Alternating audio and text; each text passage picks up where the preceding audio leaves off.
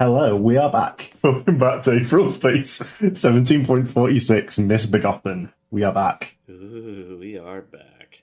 And last time on Aetheral Space, something happened. This time. Something just happened. Day 4. Musashi! The scream, half fury, half agony, echoed through the city-turned pit. Terrible light accompanied the terrible noise, great bolts of purple aether crashing up into the sky, raging outside of their user's control. A calamity, a thunderstorm of hatred was standing before Toy Musashi, and it was screaming his name. In that moment, held down by his regrets, he went to reply in a halting, uncertain voice. Cly. Too late. She came for him.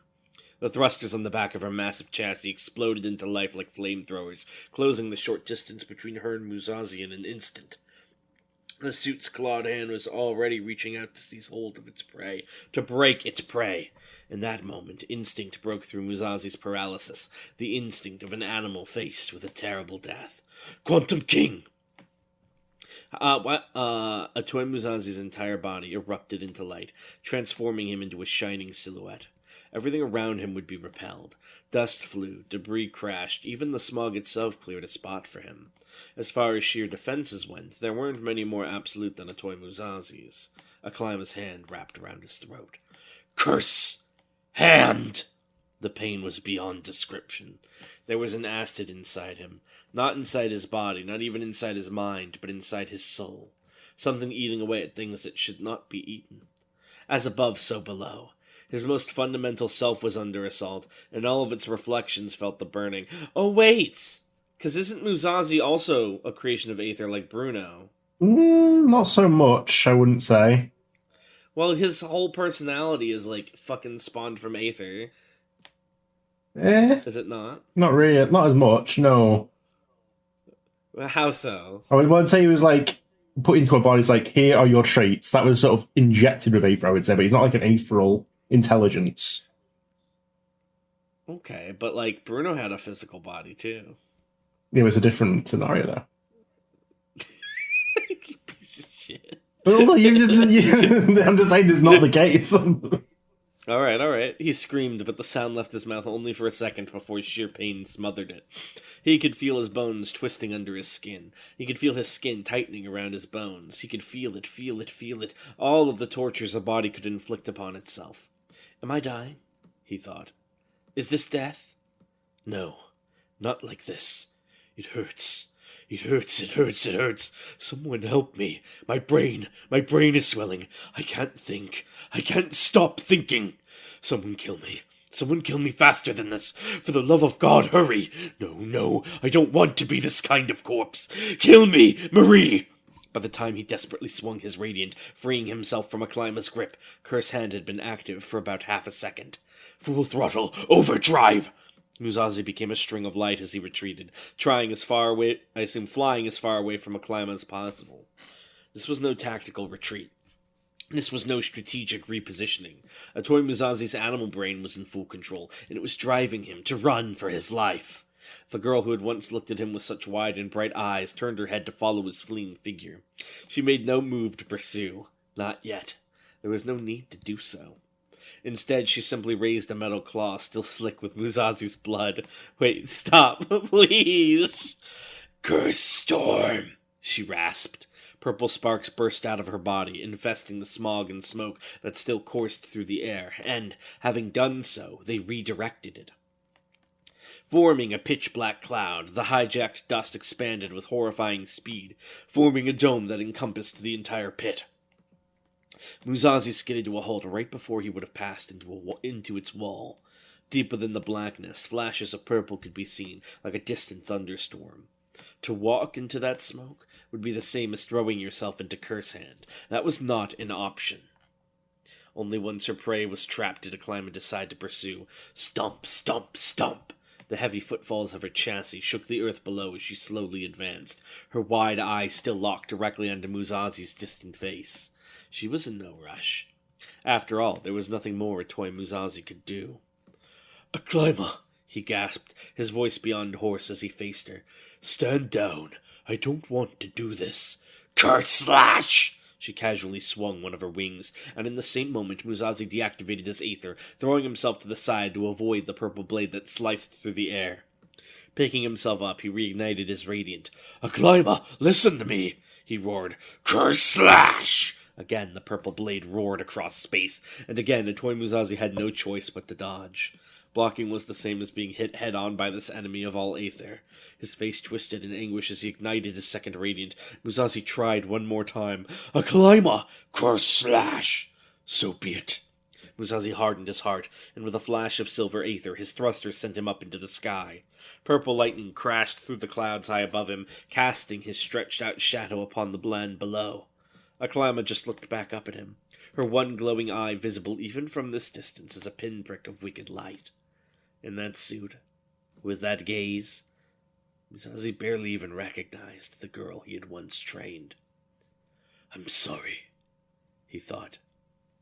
Musashi raised his hands up high. All this time he'd been doing more than just avoiding Acclima's attacks.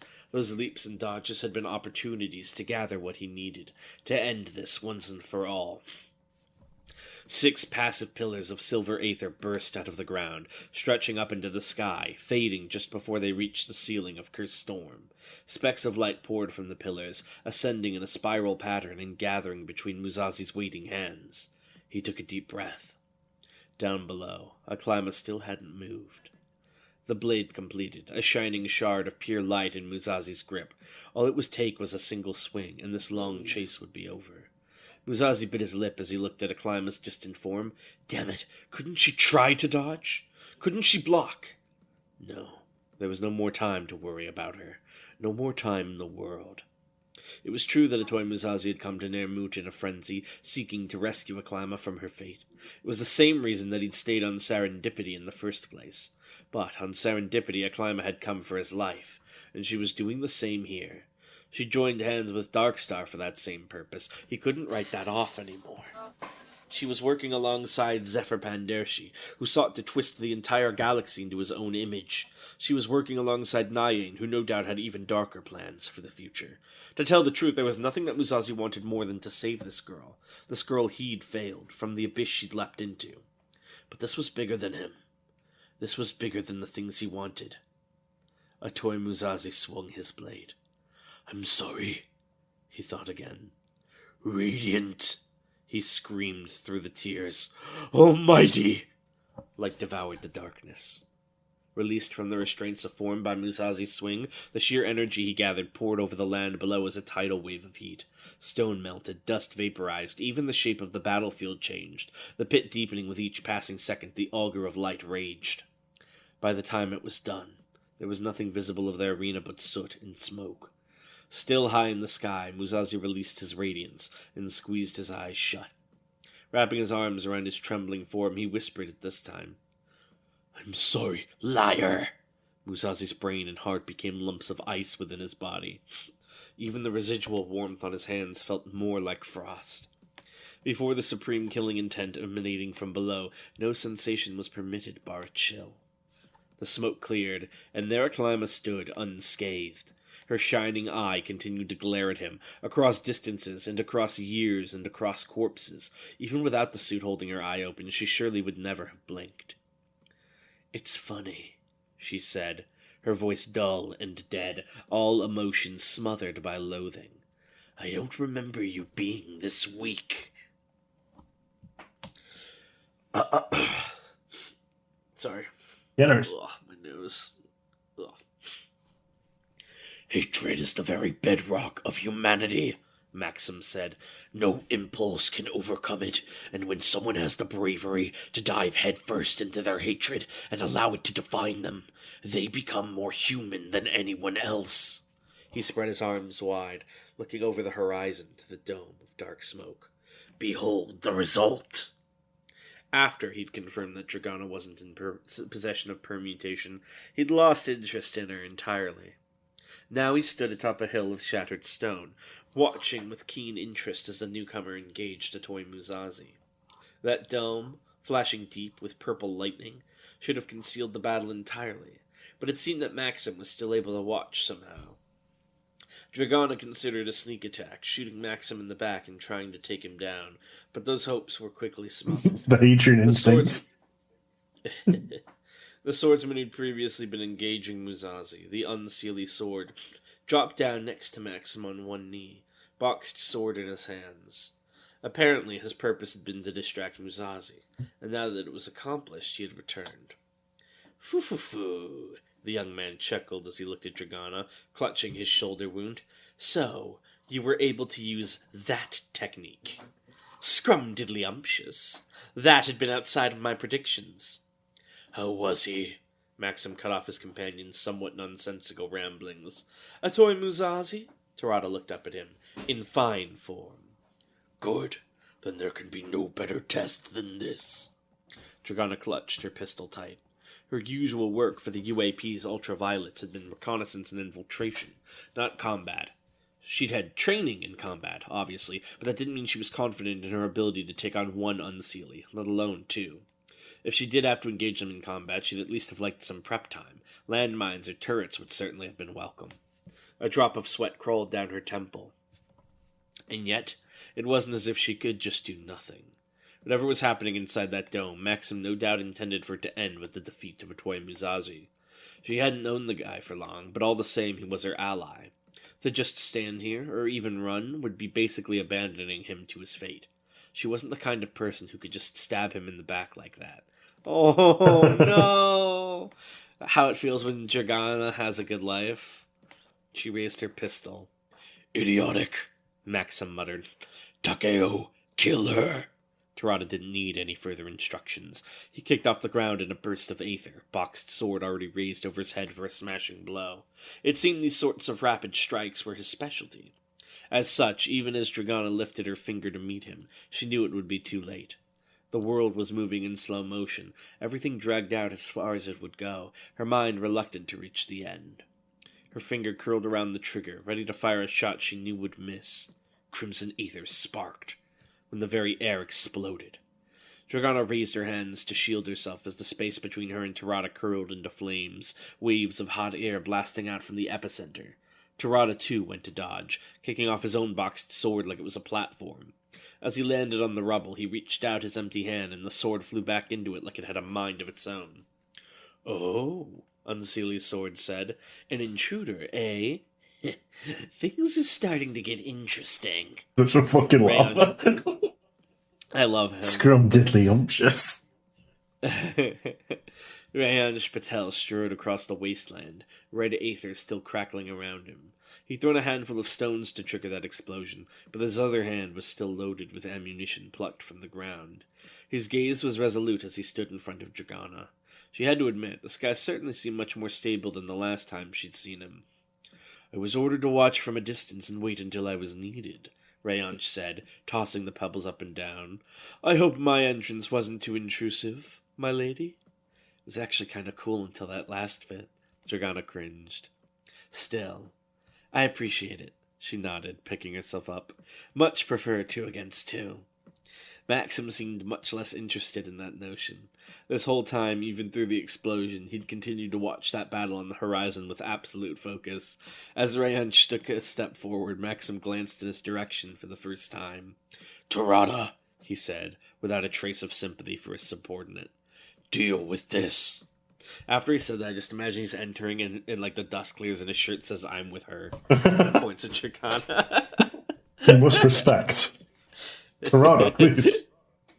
Tarada, please. Alright, Popcorn, you take this for a bit. The world was a tempest. Curse storms swirled all around, slowly closing in, slowly devouring the sky, forcing the fight into smaller and smaller confines. The purple flashes of Aether were nearly constant now, nearly blinding, turning cause and effect into a disorienting mess of light. Anyone else would surely have been overwhelmed by the sheer chaos by now. But Musashi was not just anyone. Curse slash, Akaya whispered madly, her voice infesting the wind. Curse slash, curse slash, curse slash. The wings of her suit seemed to be more for balancing than flight. As her thrusters propelled her through the air, though, those wings were now barely visible. Even with her Aether enhancing Musashi's vision, the climber was whipping her wings around at absurd speeds, each strike sending another curse slash, a purple guillotine blade, searching through the sky towards Musashi. The attack were packed so close together that they were nearly omnipresent. Nearly. These thrusters worked like never before, firing him through the sky without regard for orientation or biology, sending him through the eye of the needle again and again and again. He even tapped into Redline for the briefest of instants, ignoring the damage that even that sparse use was surely inflicting on his body. The sky was falling, the earth was broken, but for these few precious moments at home as he danced. Then, the storm slashes abated, replaced by a new disaster. A climber lunged at Muzelli herself, her eye wide, her hulking form almost entirely obscured by her own aether. There was a screech of metal as two long blades, vibrating at high frequencies, extended out from the gauntlets of her suit. It seemed she'd come ready to meet Muzazi's radiance head-on. She flew forward as a ribbon of purple light, and Muzazi mirrored her as a ribbon of silver. Clang! Their swords met 13 times. Clang! Their swords met 39 times. Clang! Their swords met 68 times. Clang, clang, clang. 104, 225, 342. Faster than the eye could see, blades were rewriting space. Their after-images were having clashes of their own. As the spiraling ribbons met and met and met without end, they were barely even distinguishable as two separate objects. The screeching of their swords had combined and harmonized into an eerily beautiful wail that resounded through the shrinking storm. 519, 795, 999. But every song and every dance, 1,000, must come to an end. There was a twinge of pain. Perhaps it was born from his own use of Redline, or perhaps it was simply the inevitable result of a battle on this level. Whatever the case, it was just the tiniest bit sharper than the pain that Muzazi had already grown accustomed to. Just sharp enough to slow down a strike for a single, fatal second. A climber's hand seized hold of Muzazi's face. His hand. Wait, what's Redline again? That was his, what he was using against the Abyssal Knight. That's because it was like in an absurdly cold place. He could just go crazy mode. Yeah, that's right. But he's using it here for a couple of seconds to get an edge. Fuck. Something I like to imagine. Yeah. That's right. Good. Have you ever seen the Gurren Lagann movie? I have not. No. There's this really cool scene where it's the two big fuck off robots clashing drills, and then the music gets all melancholy and it zooms out until you see them flashing in the dark of space, and it makes the infinity symbol, and then it zooms back in really fast and the music kicks into them fighting. That's what I imagine when they're doing the sword clashes. Oh yeah. Ugh. Something brewed inside Brother Worm's heart as he sprinted across the wasteland. It was a sensation he knew, a sensation he recognized, but not one he'd expected to feel here. To tell the truth, it wasn't one he'd expected to ever feel again. Hope.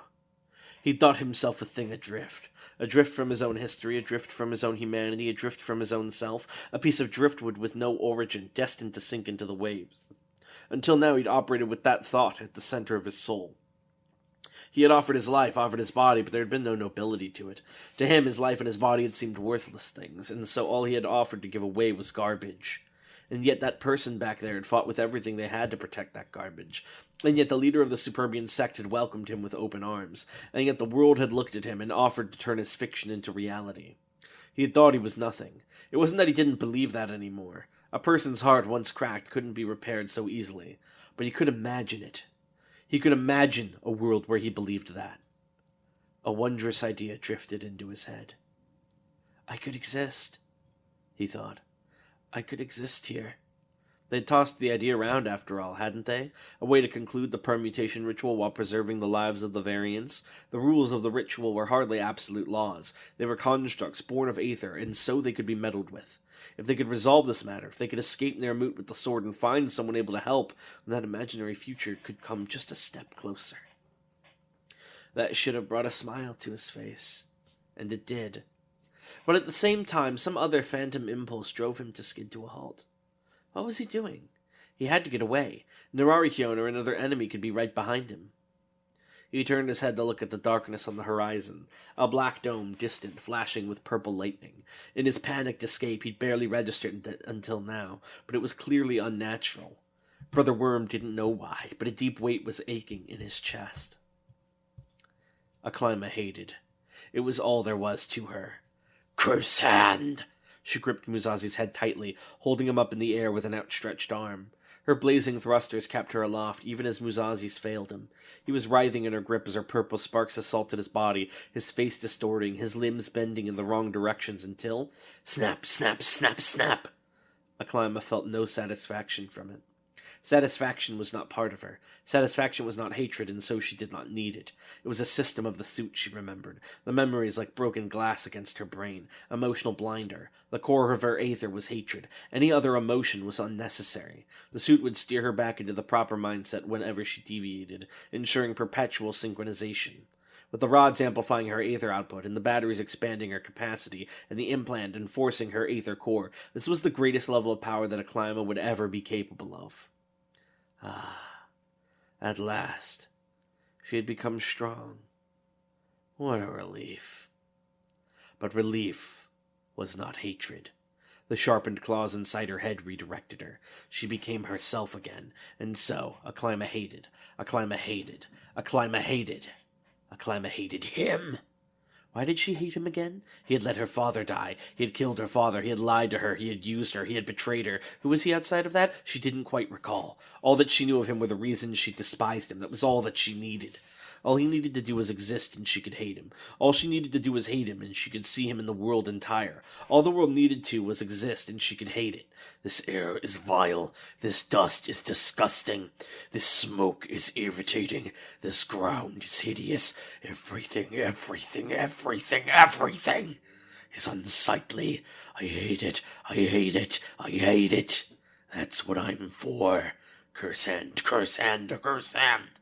Was Musashi screaming? Perhaps he had been at some point, but now he had stopped. Had he died? She hoped not. She still had more to do. He had thought of her as weak. Some vague part of her recalled. She had to correct him of that notion. She had to show him that she was strong. She had to show him that she was strong now. Because she hated him.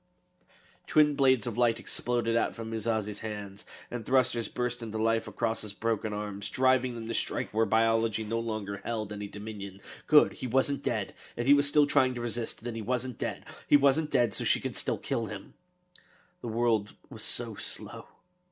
It was so easy to dodge and block attacks. Had it always been so?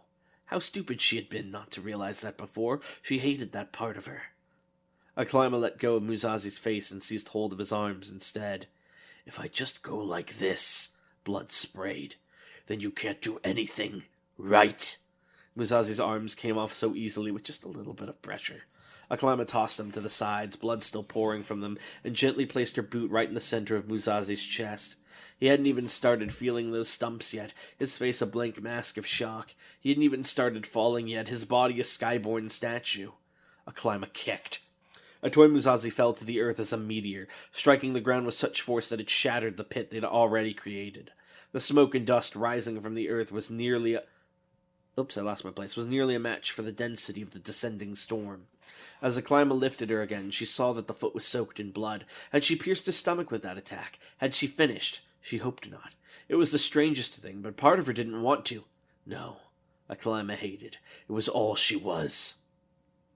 Her eye burning with that same revulsion, she looked down at her distant target. A toy Musashi in that crater down below. She had indeed pierced his stomach with that kick, opening him up, but that hadn't stopped him.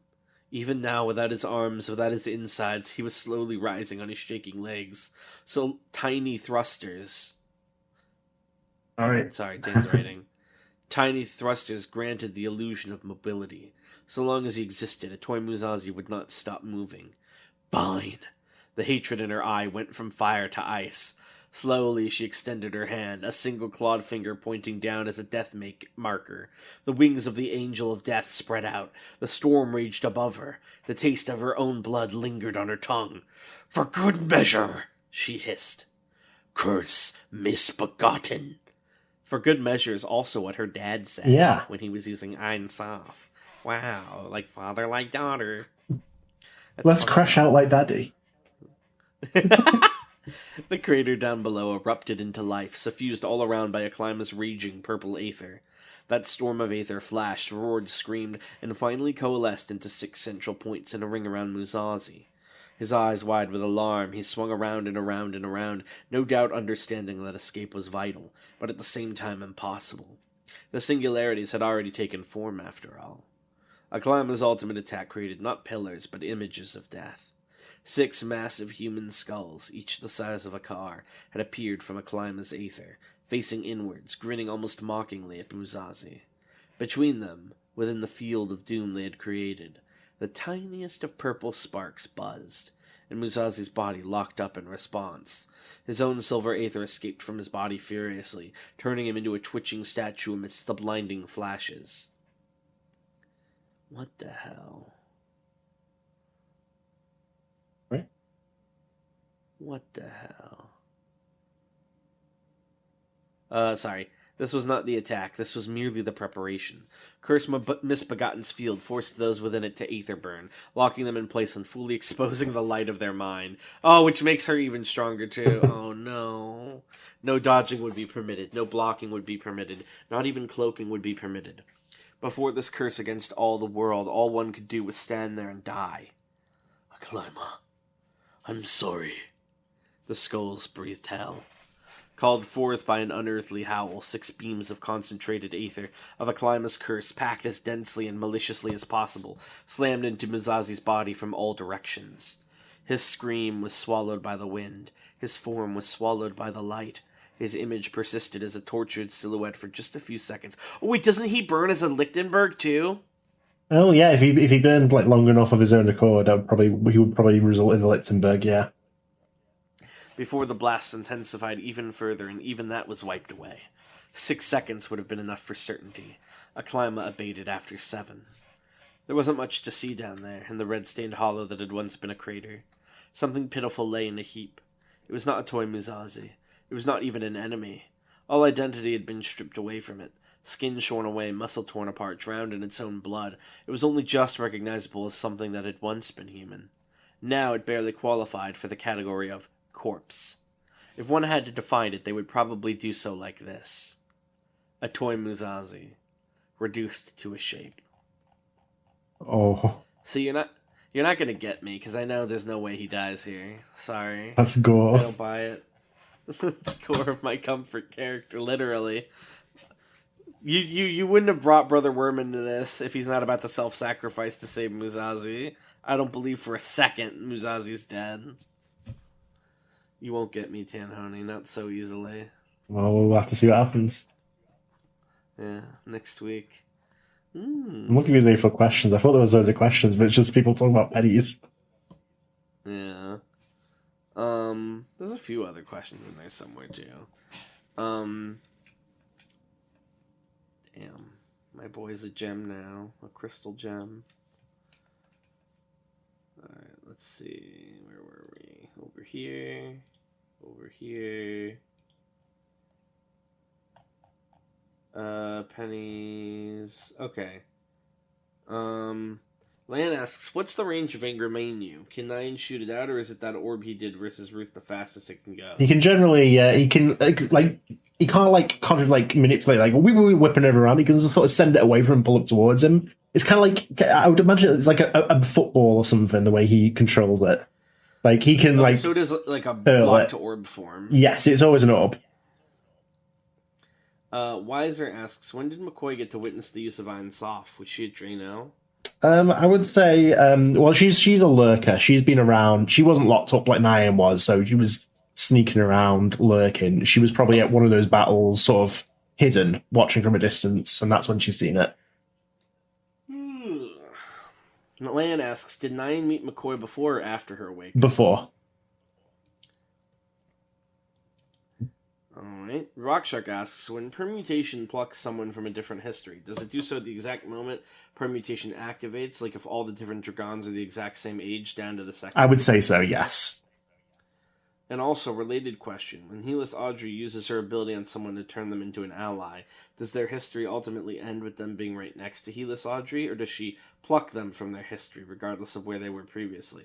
Like if from their perspective they just randomly teleport next to some random woman? No, so she would select a history or rewrite a history where they have ended up in that position where they are right now, but are on her side.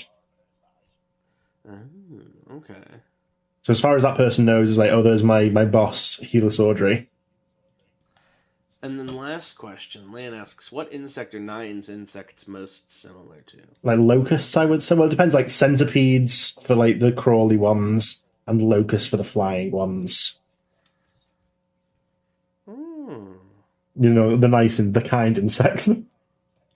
Yeah, everyone's favorites. Locust is really good. Yeah, centipedes are often thought of a symbol of benevolence in many cultures. Yeah, they're so kind. They give you immortality in Sekiro for Yeah, nothing. for free. Not even bad for you. Yeah. Alright, well, thank you all for watching, and hey, maybe we'll even see you next time, right? Yeah. Bye! Bye.